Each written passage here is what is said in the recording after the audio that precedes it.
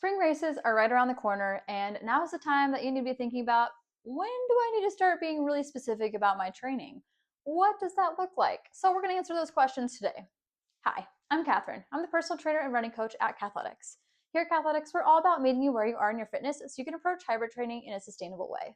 Somehow, it's already leading up to spring races. We're thinking about what our goals are, what we want to sign up for, and all of the things that come along with those races between 5K and marathon distance. How much time you need in order to train for a race really depends on what your goal is, as well as what your training has looked like lately and where your fitness level's at. So today we're going to break it down for the distances of 5K, 10K, half marathon, marathon, and we're going to break it down for beginner, intermediate, and advanced runners. If you are new to running, welcome. Very excited to have you in the running world. But if you are new, you are going to want to take quite a bit of time in order to get your feet wet with running and build your aerobic base. Now, in general, I would recommend taking at least 6 months. Really, the upper part of a year would be even better, but I understand that when you're getting into running, sometimes having a goal in mind is really helpful in order to keep motivated and stay encouraged throughout that training cycle. So if that is you, highly recommend taking about 6 months to build your aerobic base. During that time, you want to think about adding in, say, 2 to 4 runs per week, again, depending on what your goal is, whether that's the 5K, 10K, half marathon, or marathon, and just slowly build up your miles, slowly build up your time on your feet, and get to a comfortable place where you are hitting a certain mileage or a certain time on your feet regularly and it feels good. You are injury free. You are also supporting your runs with regular strength training. So thinking about strength training between 1 and 3 times a week. And this is all while you're building your aerobic base. So I'm going to use the example of a 10K for somebody who's a beginner. So if a new runner came to me and said, hey, I have this 10K that I'd like to run, but I've never ran before for this distance, this is exactly what I'd have them do. I would have them start off with 2 runs per week, 2 lifting sessions per week, and build that up for about 4 weeks before we start adding more. From there, we're going to add in another running session. So we're going to be up to 3 runs per week and 2 lifts per week. The lifts are going to support the runs, and the runs are going to support the aerobic fitness, of course. Over time, we're going to increase that time on feet in an effective manner. So we're not increasing too quickly and we're not increasing the time on feet or the intensity too quickly. So that person is able to adapt and feel more comfortable while running and feel like they're adapting week after week, month after month. Assuming they're adapting well, I would want them to get to a certain point where they have X amount of duration where they are on their feet each week. And again, they are healthy, they are supporting their runs and their lifts with quality food, with quality recovery. We have no injuries, and we are overall looking good, feeling strong, going into this base building phase. Over the 6 months of base building, I would really want to see changes in their RPE of how quickly they're moving, but their RPE is starting to feel a little bit more reasonable, and this goes alongside with heart rate as well. There aren't going to be major changes initially in heart rate zones or anything like that, but we would like to see it trending where things are starting to feel easier and it doesn't feel like it's really hard to get in the groove and it doesn't feel hard every single time that they go out for a run. Really, I feel like those 2 lifts and 3 runs per week is going to be a good groove for, the 4 to 6 months that they're taking in order for their base building phase. Now, when they switch over into more specific training, for a 5 or a 10K, you could really say 8 weeks would be plenty of time. You could bump that out to 12, but again, it just depends on how the person's consistency, how is going, how they're adapting, all of those things in order to do so.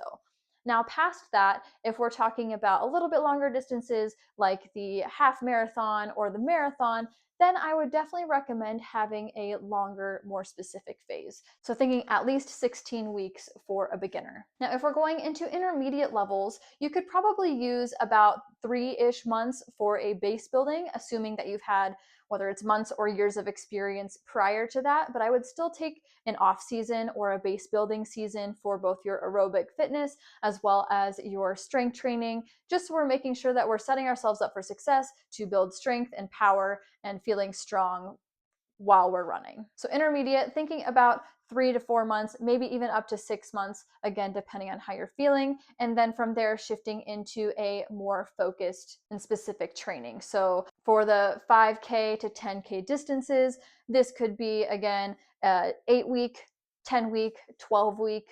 12-week would probably be at most that you would need in order to have that specific training as an intermediate level runner. As for the half marathon and the marathon, I would say for half marathon, 12 weeks would be plenty in order, assuming again that you have the background and the consistency that has been built up to that point.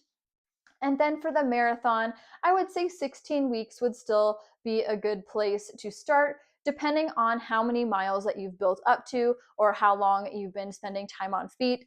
I would still say 16 weeks is a good amount of time for that. When you get into more advanced runners, this could really depend because it depends on how long that you've been training.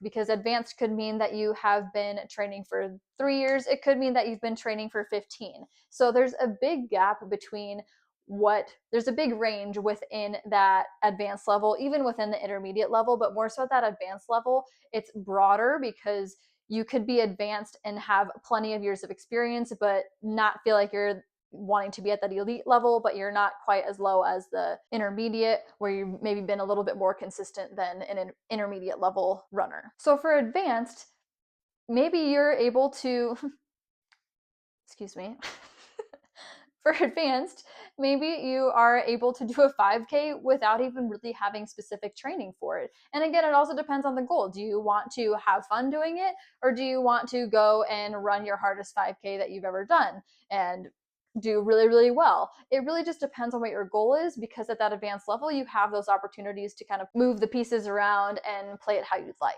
So you could train it for 4 weeks, you could train it for 8 weeks, you could train it for 12 weeks. It really just depends, but that is going to be really for the 5K, the 10K, maybe even the half marathon. For the marathon distance, I still would recommend having a 12-week at least focused marathon training, just because you're getting into those longer distances and you likely don't want to be doing long distance runs all the time unless the marathon training is for something larger.